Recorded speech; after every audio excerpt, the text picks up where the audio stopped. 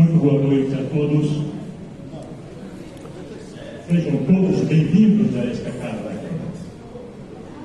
Tenho a plena certeza de que nenhum dos senhores ou senhoras caíram aqui de paraquedas. Cada um que se encontra neste recinto se encontra aqui com um objetivo. Vieram buscar algo para satisfazer o espírito, o alimento da alma, buscar o conhecimento, o aprendizado da nossa doutrina dos espíritos. Alguém pela primeira vez nesta casa? Seja muito bem-vinda, minha senhora.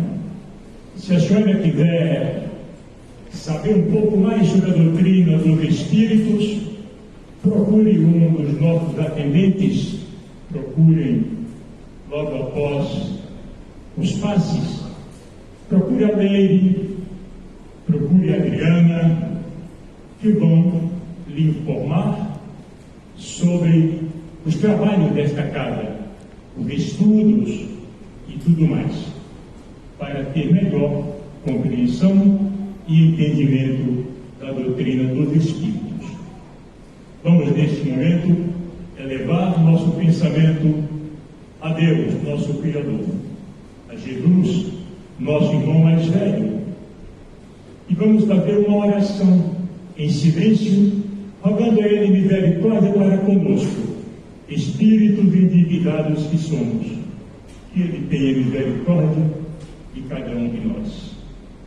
Senhor Jesus, aqui estamos de braço e mente aberta, Senhor, para receber os ensinamentos desta noite, agradecendo pelo dia de hoje, por tudo que o Senhor nos concedeu, a partir do momento que abrimos os nossos olhos desta manhã. Rogamos, Divino Mestre, que a Tua paz permaneça conosco e que os bons espíritos trabalhadores e incansáveis da vossa seara nos auxiliem, iluminem, nos fortaleça, para que possamos prosseguir na nossa jornada terrena. Que a Tua paz esteja sobre todos nós e permaneça conosco hoje e para todo sempre. Que assim seja, graças a Deus. Hoje, quem irá nos falar sobre o Evangelho de Jesus, trazendo os seus conhecimentos, é o nosso irmão, trabalhador da doutrina dos Espíritos, lá de Bauru, Orlando Dias. Orlando, por favor, a casa é sua, o microfone é seu. Boa noite. Boa noite. Tudo bem? Que bom, né? Agradeço a oportunidade de estar aqui pela primeira vez. Meu nome é Orlando Dias, sou da cidade de Bauru. Sou trabalhador do Centro Espírita Chico Xavier. Aos amigos também que nos assistem pelas redes sociais, boa noite, obrigado pela audiência. E é um prazer estar aqui, né? Conheço a cidade já há bastante tempo, sempre venho a trabalho, mas há uns meses atrás conheci o Orson, uma das nossas casas lá, e ele fez esse convite maravilhoso. Só tenho a agradecer pela oportunidade. O tema que nós vamos conversar hoje, estudar, é sobre: Senhor, fazei-me um instrumento de vossa paz. Né? Esse texto, ele é da oração de Francisco de Assis, né? São Francisco. E o que ele nos remete? A uma missão: servir, ser útil. Né? Será que nós temos cumprido essa missão? Servir, ser útil. Para a gente poder entender como missão, nós devemos elevar esse sentimento de missão a um sentimento maior, que é o sentimento do amor.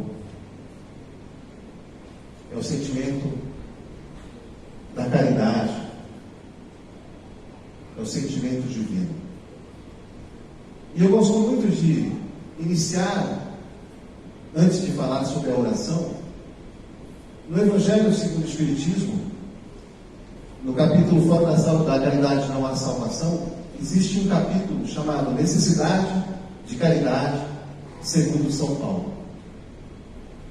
Então, vamos falar de amor. O texto que eu vou falar, você já ouviu em uma música. Ainda que eu falasse todas as línguas dos homens, e mesmo a língua dos anjos, se não tivesse caridade, não seria senão como um bronze sonante em um símbolo retumbante. E quando tivesse o dom da profecia, penetrasse todos os mistérios, e tivesse uma perfeita ciência de todas as coisas, quando tivesse ainda toda a fé possível, até transportar as montanhas, se não tivesse caridade, eu nada seria. E quando tivesse distribuído meus bens para alimentar os pobres, e tivesse entregue meu corpo para ser queimado, se não tivesse caridade, tudo isso não me serviria de nada. A caridade é paciente, é doce, é benfazeja. A caridade não é invejosa, não é temerária nem precipitada, não se enche de orgulho, não é desdenhosa, não procura seus próprios interesses, não se melindra e não se irrita com nada, não suspeita mal, não se regozija com a injustiça, mas se regozija com a verdade. Tudo suporta, tudo crê, tudo espera, tudo sofre. Você já ouviu essa frase numa música, esse texto? A única diferença é que esse texto está falando em caridade, mas na música estava falando a palavra amor. É a mesma coisa, né? Caridade, amor. Se a gente for olhar o capítulo, fora da caridade não há salvação, fora do amor não há salvação. Como Jesus nos ensinou. E se fôssemos definir Jesus numa única palavra, qual seria? E quando ele fala, eu sou o caminho, a verdade e a vida, ninguém vai ao Pai a não ser por amor. Então aí ele já fala que sem amor nada existiria. Mesmo que eu distribuísse os meus bens para dar aos mais necessitados, que eu queimasse o meu corpo, sem amor eu nada seria, de nada serviria. Então ele fala da importância do amor nas nossas vidas. E como a gente fala o amor nas nossas vidas? Seria em grandes coisas, em grandes, vamos dizer assim, obras?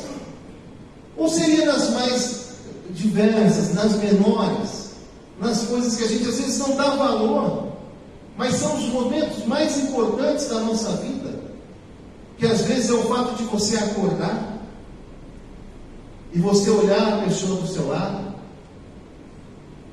ver seus filhos, saber que você tem saúde, saber que você tem um lar para voltar, um trabalho para exercer. Então, quando fala caridade, amor, o primeiro sentimento que a gente tem que ter é exercer esse amor aos nossos mais próximos. Como eu posso falar de amor para as outras pessoas? Como eu posso falar de caridade para as outras pessoas, se dentro da minha casa eu tenho atitudes totalmente diferentes com aquilo que eu falo? O mais importante, eu falo, o mais importante meio de divulgação da doutrina espírita, ou de qualquer doutrina religiosa, não são as palestras, não são as palavras, não são os livros, nem o passe, nem a água fluidificada, mas é o nosso modo de viver. É o nosso modo de viver que ajuda a salvar as pessoas. É isso que deve mudar. Começar aquela reforma íntima que tanto se fala, a prática começa dentro de você. E será que a gente tem agido com esse devido amor ao pé da letra? na valorização da sua vida, nós temos dois fundamentos importantíssimos. Primeiro, amai-vos. Segundo, instruí-vos. Será que nós nos amamos?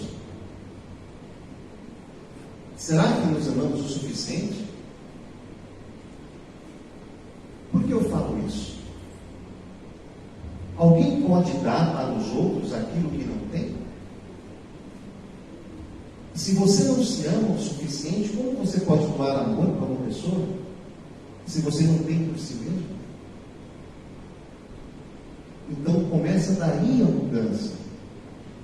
Olhar-se no espelho e começar a falar palavras de elogio. Começar a se valorizar. Porque uma grande parcela das pessoas tem o costume de colocar uma etiqueta de 50% de desconto em si mesmo. Às vezes a pessoa não se acha merecedora. Às vezes a pessoa acha que veio apenas para sofrer, porque ela não tem um entendimento real do que seria o significado do sofrimento. Então, quando falamos assim, amar a si mesmo, seria você entender da sua verdadeira missão. Não estamos aqui à toa. Nós não estamos aqui à toa. Todos nós temos uma missão. A princípio, nascemos simples e ignorantes. Mas nós temos uma centelha divina dentro de cada um de nós. Nós somos perfectíveis e vamos atingindo a perfeição à medida que nas nossas existências começamos a ver que a minha felicidade está ligada à sua e a sua ligada à minha. De que nós dependemos de um do outro. A partir do momento que nós temos esse pensamento, essa conscientização, nós deixamos de ser cada vez mais primitivos. Começamos a enxergar no outro o nosso verdadeiro irmão. E isso é o mais importante. Quando você se ama, você ama o outro também. Porque somos semelhantes. Então, olha a importância. Então, se a gente começar a enxergar em que tudo nesse mundo que nos foi dado é uma bênção divina, nós começamos a valorizar cada segundo da nossa vida. Primeiro pensamento que nós devemos ter. Que dia é hoje? Hoje é dia 18 de outubro de 2023. Eu me esqueci essa data porque meu filho está completando hoje 20 anos. Meu segundo. E antes de vir para cá, 5h30 da manhã, estava na casa dele. Dando parabéns, um abraço. Então a gente fala assim, valorizar, entender que nunca mais na sua vida vai acontecer o 18 de outubro de 2023. Você já percebeu que nunca mais esse tempo vai voltar? Vai acontecer 18 de outubro de 2024, 2025, 2026. Mas hoje, ao chegar meia-noite, não vai acontecer nada mais. Então, cada segundo que você está nessa vida, nesse plano, é valioso demais para ser desperdiçado com coisas que não são edificantes. Em muito tempo, às vezes a pessoa perde anos guardando rancor, mágoa, tristeza, porque às vezes a pessoa prefere ter razão do que ser feliz. E às vezes as pessoas deixam o tempo passar e depois, quando você vê, a pessoa com que a gente tem essa música não está mais aqui. E a mágoa ficou. Então, a valorização do dia, assim quando você acorda, é muito importante. O que vocês fazem assim que acordam? Pode falar, minha gente. Abrir os olhos.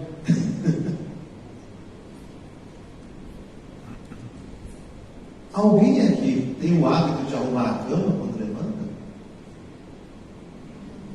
deixa assim tudo parecendo um ninho de mafagafo, quando chegar à noite já fica mais fácil.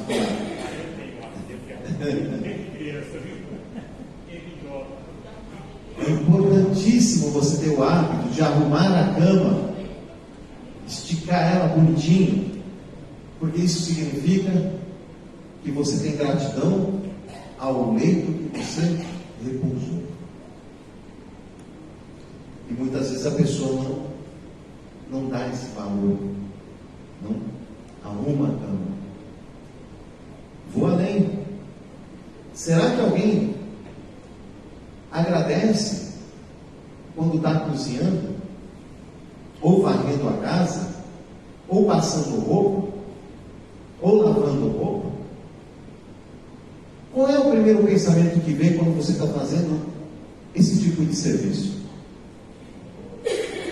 Tem gente que quando vai cozinhar, principalmente no domingo, que vem a família toda, aí a pessoa vai vir um monte de gente esperando que você cozinhe. Eu gosto de cozinhar, então para mim é uma satisfação.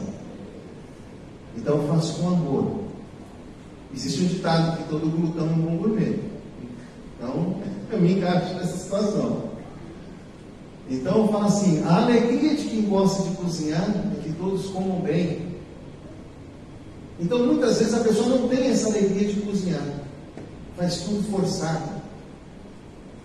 E quando fica a louça então? Sobra tudo para ela. Aquelas panelas cheias de molho. Quer ver? Será que a pessoa agradece? Por que eu falo isso? Porque se cada um pensar na hora que estiver cozinhando, quantas pessoas não têm o que comer num momento como esse? Quantas pessoas estão debaixo da ponte esperando uma marmita de alguém? Quantas pessoas queriam ter as panelas que eu tenho para lavar? E quando você vai à casa? Vai à casa, passa pano. Qual é a energia que você coloca na vassoura ou no rolo? Ou quando você passa a roupa, eu vou contar uma historinha sobre isso, e quando você passa a roupa, aí eu tenho certeza que todas vocês, senhoras especiais, maravilhosas, falam assim, roupa do meu esposo maravilhoso, abençoado, lindo, trabalhador, ou homem de Deus, né? Tenho certeza que vocês fazem isso. Porque essa energia que você coloca na roupa do Filho de Deus se chama energia biopsicomagnética. É a mesma energia do passe. Você já imaginou se você colocasse esse pensamento contrário nessa roupa? Você imaginou se você colocasse esse pensamento xingando na roupa? Por que eu falei essas coisas simples? Porque ninguém percebe quantos somos ricos. E se você tem tudo isso que eu falei, você é mais rico que 90% do planeta. Hoje você vê estourando guerra, as casas destruídas, as pessoas não têm nem teto para morar mais. E quando nós somos abençoados de ter tudo isso e não agradecemos, né? A gratidão é a verdadeira oração. Quando você tem tudo isso e pode agradecer, você fala, meu Deus, como eu sou abençoado. Numa das sextas-feiras que eu fiz um trabalho, sexta-feira eu trabalho fazendo umas palestras em alguns centros da região, também tem, às vezes, a parte mediúnica lá, e minha filha me acompanhou, só que ela não quis ficar no curso, então nós temos uma ronda que entrega 60 marmitas toda sexta-feira. E tinha faltado uma pessoa, sobrou um lugarzinho. Ela falou, pai, eu posso ir? Pode. Ela tem 16 anos. Quando ela voltou, percebi os olhos dela cheios d'água. Eu falei, pai,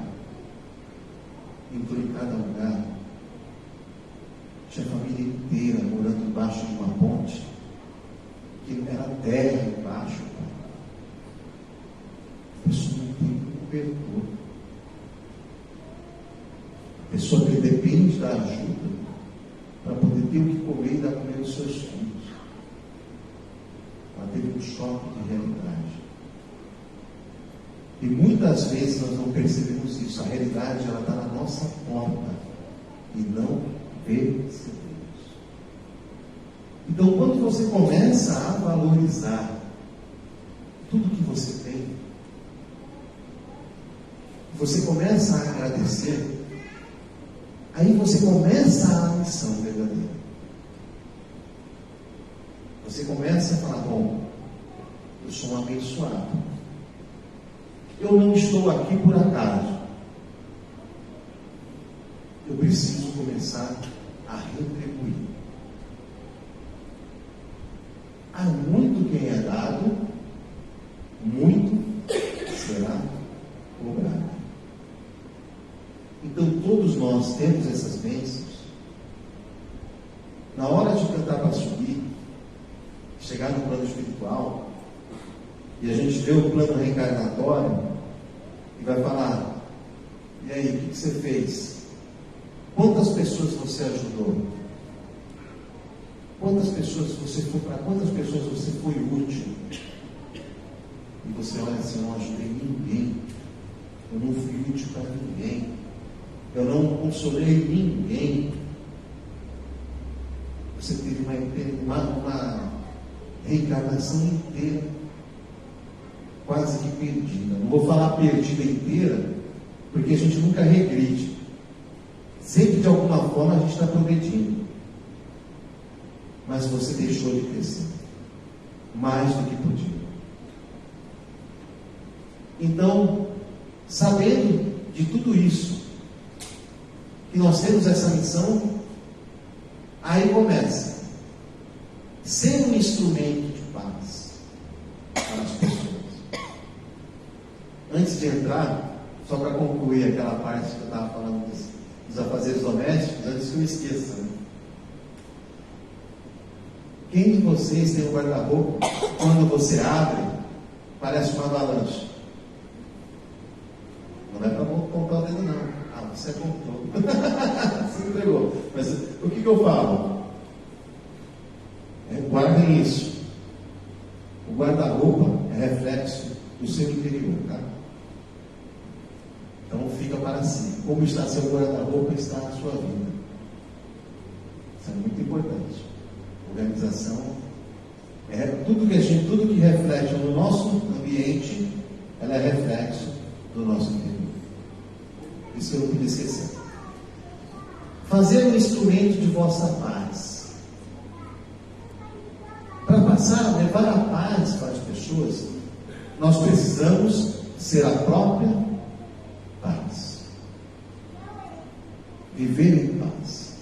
Será que nós temos sido um ponto de paz na nossa casa? Ou um ponto de conflito? Será que enxergamos mais as coisas positivas? Ou mais reclamamos daquilo que nos falta? E a todo instante falamos, reclamamos. Então, para ser um instrumento de paz, nós precisamos mudar e fazer com que a nossa paz interior seja cada vez maior. E sejamos um ponto de paz na nossa casa.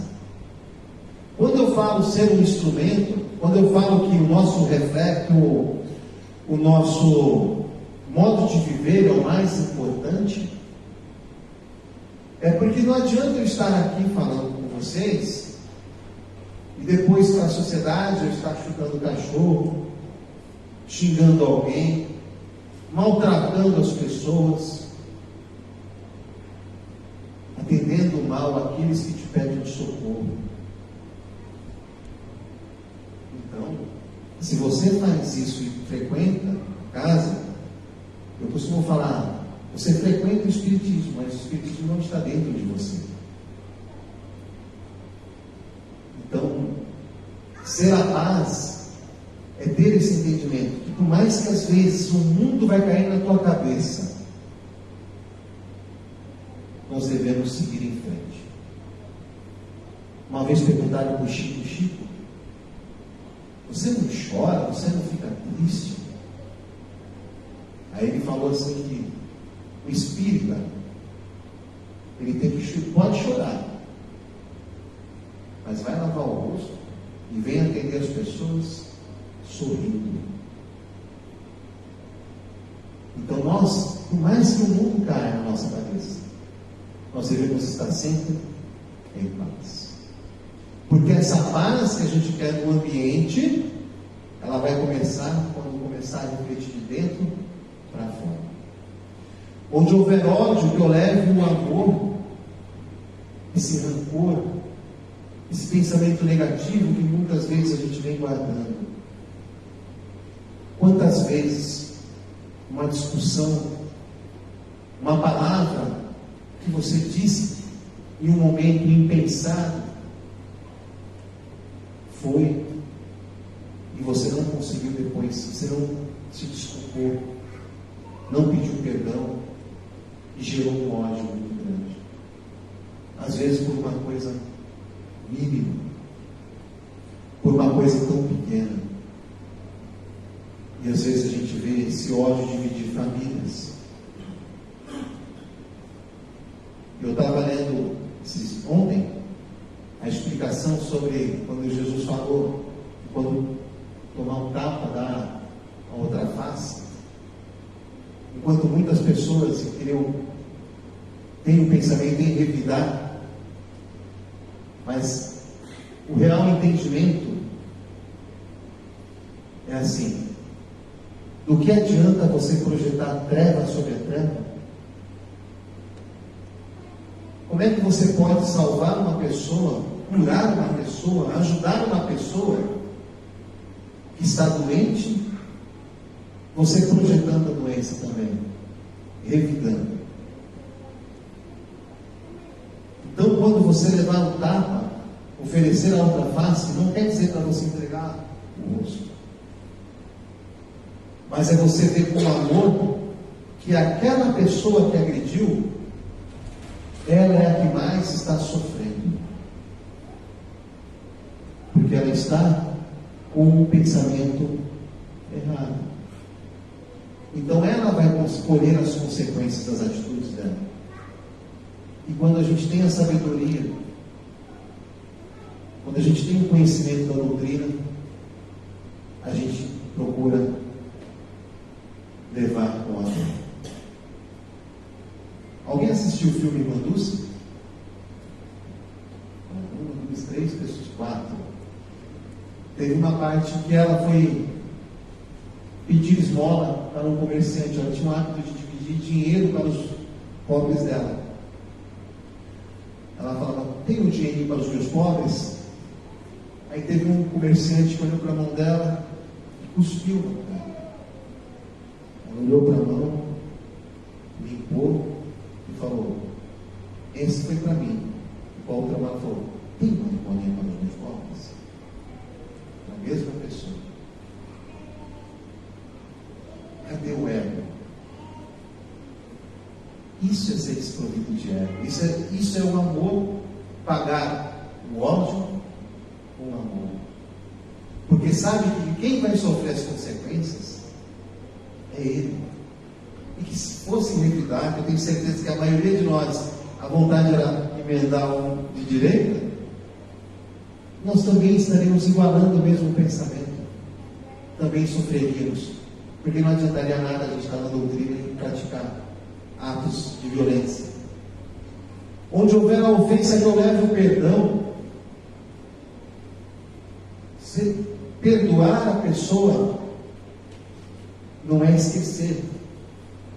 Como diz Cláudio João Duarte, esquecer é amnésia. Perdoar é você tocar às vezes num assunto e não te ferir mais. E perdoar o fato. Você pode perdoar até a pessoa, mas perdoar o fato que ocorreu também não é fácil, né?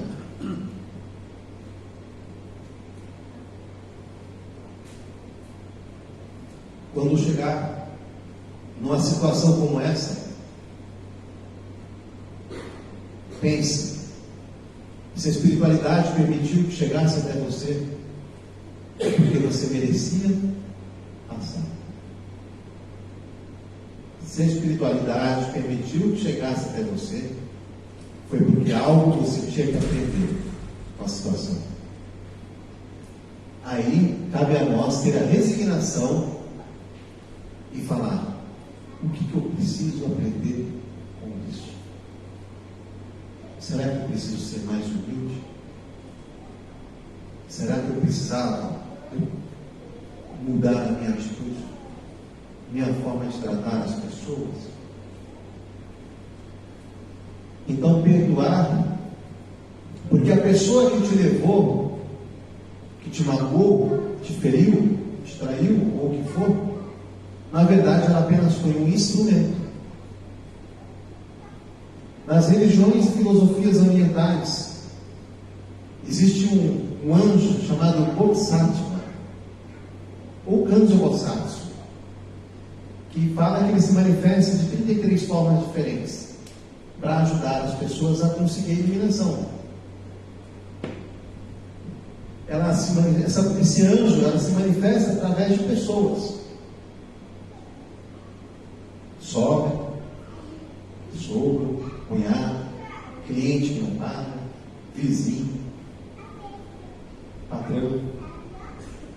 Então, muitas vezes a gente não percebe que, na verdade, a pessoa que te magoou, a pessoa que levou, que te traiu, ela apenas foi um instrumento para que você abrisse os olhos, para que você melhorasse, para que você crescesse. Onde houver discórdia, que eu leve a união, que você seja o amor de Cristo aonde você for, e que onde você chegar, as pessoas percebam que você chegou e muda a vibração. Não tem pessoas que são assim? E quando você se aproxima da moça, é maravilhoso você ficar perto. Como também tem pessoas que ninguém quer ficar perto. Então que você seja um amor de Cristo aonde você for. E que você evite ficar falando mal das pessoas. E as pessoas que estão ali conversando, falando mal das pessoas, falando palavras que não são edificantes. E quando você chega nessa roda, nessa conversa, você consegue mudar toda a vibração através do seu jeito de ser. Não precisa você nem abrir a boca às vezes,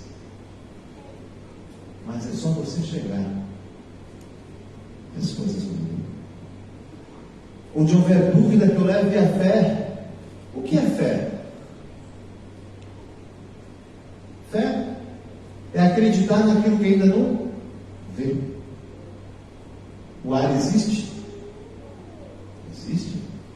Nós precisamos dele para viver. Mas nós vemos? Não. Mas enxergamos as suas manifestações através de uma folha, um vento. Mas quando a gente fala levar a fé para uma pessoa que vem em desespero, gente, além do Chico Xavier, no domingo, eu trabalho na parte de transmissão, igual o Fernando, eu também trabalho no passe, e a gente às vezes escuta muita coisa. Às vezes a pessoa falava assim: se não fosse esses minutos de conversa, eu teria me suicidado. Eu estou sem esperança. E quando você começa a ser um instrumento, levando fé para as pessoas que perderam tudo, e quando você começa a ser aquela pessoa que vê uma pessoa desesperada, e você fala, vai dar certo, acredite, você vai conseguir. E a pessoa realmente consegue. E a pessoa fala para você: obrigado. Porque tem muita gente para tirar a fé. Tem muita gente para desestimular nesse mundo. E nós não podemos compactuar com isso. Nós devemos levar essa fé a todo lugar. E começa por nós mesmos, né? E estendendo a família. Onde houver erro que eu leve a verdade, o que é a verdade? E quando você tem conhecimento da doutrina, e muitas vezes você fala, puxa vida, eu levei a minha vida inteira, eu errei, a minha vida inteira eu errei. E aí você tem conhecimento da verdade. É esse despertar que você vai levar. Igual quem assistiu o filme Nosso Lar, que quando André Luiz entregou, deixou o texto do livro Nosso Lar na mesa, em que Emmanuel conversou com Clarencio, em que ele falou assim: eu nunca vi um despertar como esse. Eu não sabia que um despertar podia ser tão profundo. É o despertar para a verdade. Esquecer o erro. Trabalhando em prol das pessoas. Isso faz com que o seu erro do passado seja diluído no pagamento do erro. Então, é um renascimento. Onde houver o desespero, que eu leve a esperança. Nas minhas orações eu costumo falar que eu seja um farol no meio de tanta escuridão. Eu levo a esperança onde a pessoa perdeu tudo. E a esperança, às vezes, é tudo que uma pessoa tem. E é onde nós devemos estimular. Onde houver tristeza, que eu leve a alegria. Alegria de viver. Alegria por estar saudável. Alegria por ter todas aquelas bênçãos que eu falei no começo desse estudo. E saber que você pode recomeçar a sua vida toda vez que você quiser. Onde houver as trevas, que eu leve a luz. E essa luz não seja em palavras, mas seja do seu jeito de viver, que levou as pessoas a pensar, não é? Depois que aquela pessoa entrou no centro, ou na igreja, onde for, ela mudou. Nossa, o que tem lá? Fez capeta vira anjo? Vou querer também conhecer. E a pessoa vai e encontra-se através do seu exemplo. Isso é ser levar a luz. Não é através de palavras. Agora a parte mais interessante que a gente fala da oração, em que ele fala: ó mestre, fazei com que eu procure mais. Não é fazer com que eu procure apenas, mas que eu procure mais, que eu me doe mais. Consolar e ser consolado. Quantas vezes a gente ouviu aquilo que as pessoas têm a dizer? Muitas vezes a gente só quer falar. Falar, falar, falar. E tem quantas pessoas queriam também ser ouvidos. Consolar, ouvir o problema das pessoas. Gente, tenho certeza que os dirigentes dessa casa também não são remunerados financeiramente. Como também o da minha casa espírita lá também não são. Vocês veem aqui, aqueles que trabalham por quê? Por amor.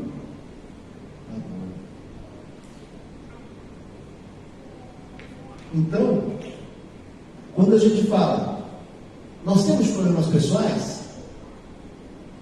A nossa presidente tem problema pessoal? Nosso amigo Orson tem?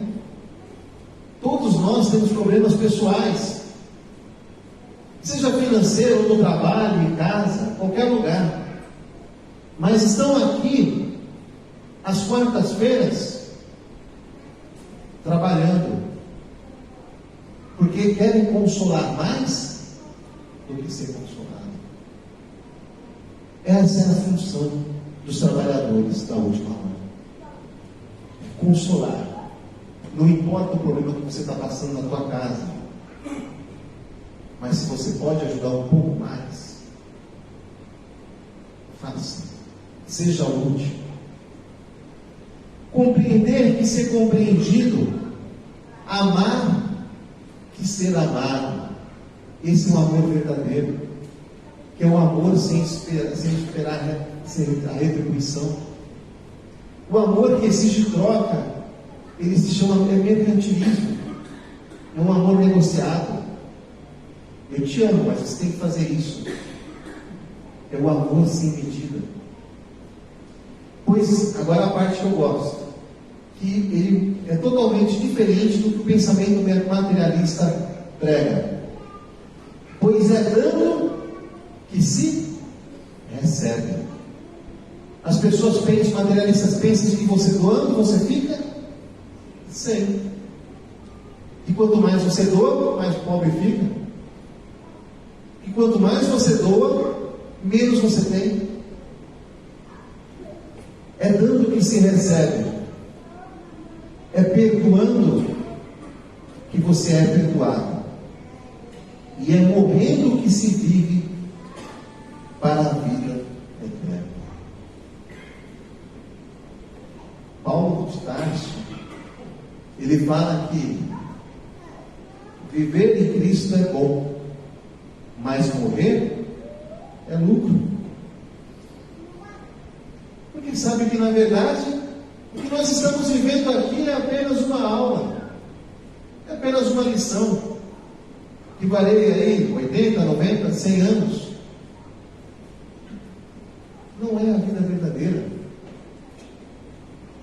Não é a vida verdadeira. Nossa vida verdadeira é no plano espiritual. E as pessoas se apegam a tudo que é material, sofrem por aquilo que perdem de material. E não percebem que esse sofrimento, ele não leva a nada. Existe, vocês já ouviram falar da parábola da vida eterna, da vida plena? Já ouviram? Procurem depois no YouTube. É uma história de Paulo de Tarso, falando com Maurício, que era o guarda responsável da prisão, em que ele conseguiu que Tiago curasse a filha dele. E esse vídeo é lindo. Paulo está assim, conversando com Maurício, e pergunta para ele: você já velejou? Maurício responde: sim. Imagine-se então olhando para o vasto mar diante de você. Você se abaixa, põe a mão na água e traz um pouco de água até você. Imediatamente a água começa a escorrer pelos dedos até a mão ficar vazia. E ele explica: essa água é a vida do homem, do nascimento à morte. Ela está sempre se escorrendo pelas nossas mãos até se ir, junto com tudo que você tem apreço neste mundo. Porém, o reino que eu falo, para qual eu vivo, é como o resto do mar. O homem vive por aquele punhado de água que escorre pelos dedos. Mas aqueles que seguem Jesus Cristo vivem para aquela expansão infindável de mar. Aquele que vive em Cristo não pensa nos bens que vão deixar, naquilo que é material, mas vive aquilo que nós vamos levar para o mundo espiritual, que é o amor, que é aquilo que nós vamos ser cobrados, por aquilo que nós vamos ser cobrados. E não precisa você falar assim: olha, para ser caridade, para fazer caridade, eu preciso ser rico. Quanto mais eu tiver de coisas materiais, eu posso ajudar mais. Vou contar a história para encerrar essa palestra. Uma pena que o tempo aqui matou, passa muito rápido.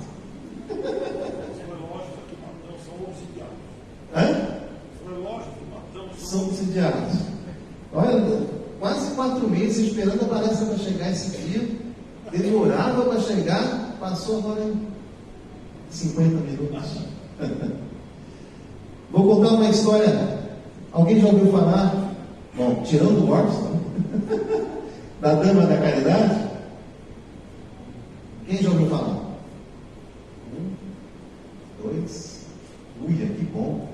Então eu vou contar para a maioria que não sabe.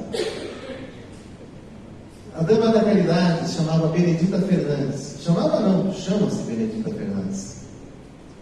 É uma história, depois eu vou passar o vídeo do filme dela. Nasceu aos 27 de junho de 1883, em Campos Novos da Cunha, sendo filha de Maria Josefa Nascimento, que era viúva, né? Ela era portadora de atroz obsessão, autêntica subjugação. Benedita perdeu o contato com a família e perambulava sem rumo. Ela falava sozinha, ficava andando pelas ruas. Certa feita, causava tanto incômodo à população que foi recolhida à cadeia pública da cidade de Penápolis. Naquela época não existiam hospitais ou atendimentos para tal fim. Não tinham manicômios na cidade. Então ela ficou presa. Só que o carcereiro Patial e depois o senhor Marquese deram assistência à mulher doente. Fizeram espíritas. Principalmente com passes. E Benedita, então, recebendo os passes, foi melhorando. Premiada pela necessidade, recebeu o chamamento libertador. Uma feita, depois de uma crise muito forte, ouvira: Benedita, se promete consagrar-te inteiramente aos enfermos e pobres, sairás curada daqui. Ela recobrou a consciência e resolveu rumar a Araçatuba, a pé, de Penápolis a Araçatuba. Chegou ela totalmente desequilibrada pela mediunidade que lhe aflorava os sentidos. Em Araçatuba, região da Alta Noroeste do estado de São Paulo. Então ela foi andando, chegou lá, ela foi bondosamente amparada e recolhida em nome da fraternidade por um casal de amigo. Mais tarde, refeita, o que ela começou a fazer? Recolher crianças que estavam pelas ruas. Ela não tinha nem onde ficar. Ela arrumou um lugar, começou a recolher para as crianças que andavam pelas ruas, sem ter o que comer. Surgindo assim um modestíssimo lar. Hoje, o lar Benedita Fernandes de Araçatuba. Certa feita, as crianças não tinham o que comer. Ela não tinha nem para ela, quanto mais para as crianças. Benedita então falou para as crianças: vão no portão. Jesus vai aparecer lá e vai dar o que comer. E as crianças foram, acreditaram nela, foram lá para o portão. Nisso passava ali um homem chamado Ricieri, que era um vendedor de calacinha. Ele vendia buchos, rim, ele era um tripeiro, vendia essas miudezas de boi, né? E Ricieri viu aquele monte de criança e perguntou: o que vocês estão fazendo aí na frente? Aí eles responderam assim: estamos esperando Jesus passar para nos dar o que comer. A mãezinha falou para fazer isso. E aí Ricieri falou o seguinte: digam à mãezinha de vocês que Jesus chegou. E daquele dia adiante, com as obras do tripeiro, não tinha mais fome por lá.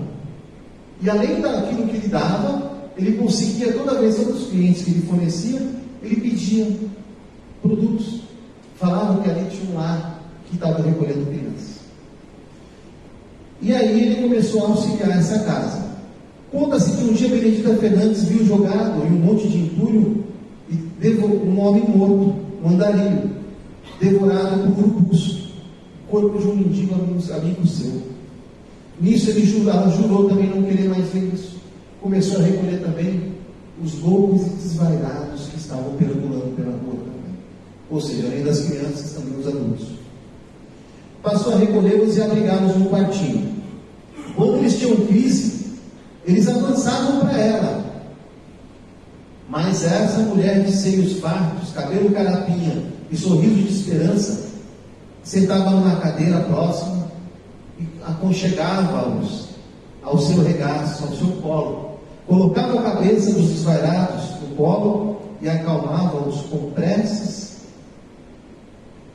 passes e boas palavras. E a crise ia regredindo até eles ficarem calmos, pacificados pela irresistível força do amor. Uma vez o prefeito da cidade, vendo que aquela era uma boa causa, passou a auxiliar com recursos financeiros. Mas certo dia o recurso não veio mais. E aí ela foi cobrar o prefeito. E aí o prefeito falou: não, nós não temos mais condição de ajudar. E aí ela teve uma ideia. Começou a soltar todo mundo para a rua. Então você imagina aquele monte de pessoas com problemas mentais andando pela rua. O prefeito se assustou, viu aquele monte de gente perambulando, falou: não pode recolher, nós vamos voltar a ajudar a casa de vocês. Era uma mulher de fibra, vigorosa. Então ela tomou essa atitude e obteve novamente a subvenção e pôde continuar a tratar deles com o que é hoje o Sanatório Benedita Fernandes de Araçatuba. Hoje virou hospital. Além da obra da assistência, ela também atuou como médium, principalmente passista e na evangelização de crianças. Merece destaque que o espírito que anteriormente a obsediava veio a se transformar em um de seus colaboradores espirituais. Ajudou na unificação das casas espíritas e mantinha correspondência com Caio Achuca, que sempre publicava a notícia dos trabalhos dela no jornal, o Clarim. Então ela tinha contato com o nosso patrono, Caio Achuca. Então era um trabalho muito grande de amor, em que começou a virar filme. Não terminou ainda, está sendo editado, já tem acho que uns 3 ou 4 anos. Vou pedir para o meu amigo Fernando passar esse clipe com a música de Paula Zampi. Vai passar algumas cenas dela, da atriz.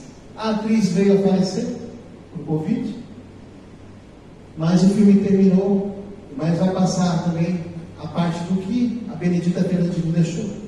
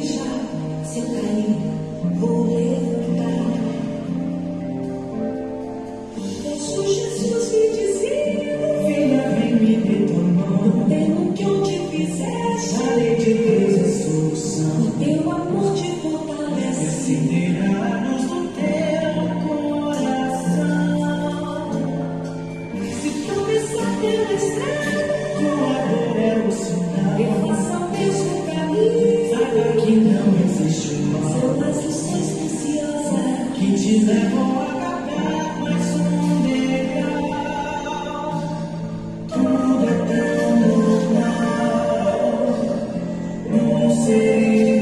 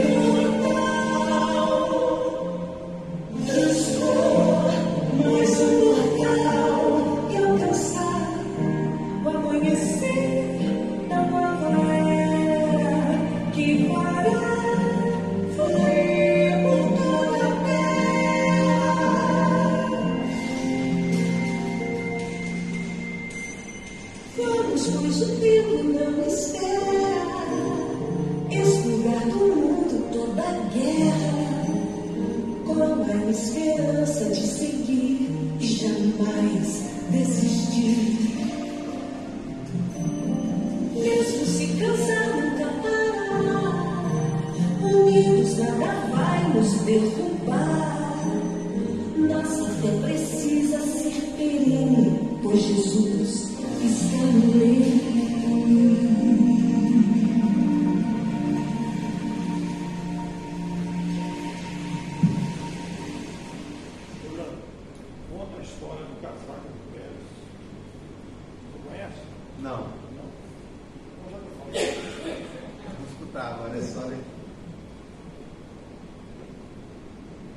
Benedita Fernandes tem uma história muito interessante, porque houve uma reunião com o prefeito de Araçatuba, na época. Araçatuba é uma cidade muito quente, e ela foi com um casaco de pênis pesado. E aquilo começou a incomodar todo mundo, aquele calor miserável na sala do prefeito, e ela com o casaco de pênis. O incômodo chegou a tal ponto que pediram para ela tirar o casaco. E ela tirou o casaco, e o vestido dela era todo rasgado, ela só tinha aquilo. Então, o casaco foi uma forma de disfarçar o vestido rasgado. Não sei se você sabia dessa história. Não. É marcante na história dela isso. Ficou mal para o povo ali, né? Mais uma prova da simplicidade dela. Mais uma reflexão para encerrar. Para servir de instrumento, ela não precisou de escolaridade, de instrução. Ela não tinha família, era considerada como louca. E ela ajudou muita gente. Então, quando a gente chegar na nossa cama hoje, colocar a cabeça no travesseiro, vamos refletir. Será que eu estou fazendo tudo aquilo que eu posso? Como Jesus faria no meu lugar? É esse pensamento que a gente tem. Muito obrigado.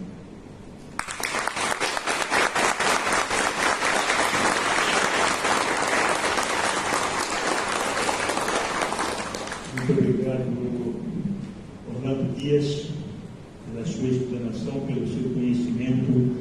Agradecemos de todo o nosso coração. Para nós temos apenas uma ideia, não é? Que não é necessário dinheiro, riqueza para fazer caridade. E geralmente as pessoas que vêm com uma grande missão, vêm assim, como a dona Benedita Fernandes, vem pobrezinha, muitas vezes com uma série de problemas. Uma irmã Dulce, por exemplo, um Chico Xavier. Então, esses espíritos que vêm à Terra com uma missão, não vêm ricos, eles vêm pobrezinhos, para poder evoluir e deixar exemplos, como Chico, irmã Dulce e a dona Benedita Fernandes. Eu não lembro bem, quando eu tive conhecimento dela, se não me engano, foi no livro de Aguinaldo Paviani, se não me engano, no livro de Aguinaldo Paviani. Bom, meu amigo Orlando Dias, fala um número de 1 a 70. Número 53 ele falou. Quem tiver aí o número 53 vai levar este livro que o nosso irmão vai passar às mãos desta pessoa. 53. Deixa eu ver se está comigo, né? De repente está comigo. Se estiver comigo, vamos repassar, né? Para outra pessoa. Aí você vai citar outro. Não é? 53? Quem tem o número 53? Ah, já está vindo aí. O número 53. Você ganhou um livro. Parabéns, viu?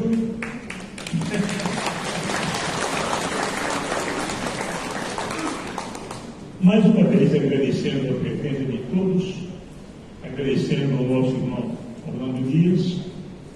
Vamos nos preparar para o trabalho de passe, informando apenas que o passe não é necessário você vir ir à casa espírita toda quarta ou toda quinta-feira ou toda sexta-feira, não importa, e tomar o passe. O passe você pode tomar de acordo com a sua necessidade. Bom, hoje não estou muito bem, eu vou até o centro espírita e vou tomar um passe, tá certo?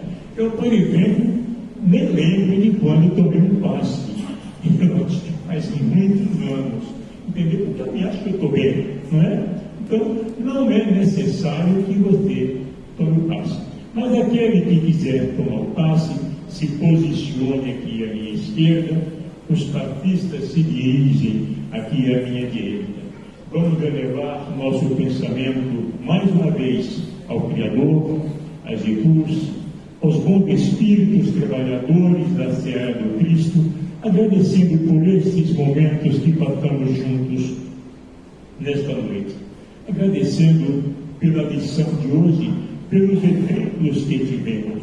Vamos agradecer a Deus, a Jesus, a Maria de Nazaré, nossa Mãe Santíssima, a Mãe de Jesus, a nossa Mãe, Mãe de todas as mães. Vamos agradecer ao nosso anjo da guarda. Quem agradeceu hoje ao anjo da guarda, que te acompanhou o dia inteiro, te protegendo e te livrando de todo mal? Vamos aproveitar esse momento e agradecer ao nosso anjo da guarda. Agradecer a todos os espíritos que trabalham na Seara do Cristo, nos dando a proteção que tanto necessitamos, como espíritos endividados que somos. Que a paz do nosso Senhor Jesus Cristo desça sobre todas as famílias, sobre todos os lares, que todos vós que aqui se encontram presentes tenham uma noite de sono reparador, uma ótima noite de quarta-feira para vivenciarem um lindo amanhã de quinta-feira, e que a paz do Mestre Jesus conduza cada um de vós aos seus lares. Muito obrigado e que Jesus abençoe a todos. Muita paz e muita luz.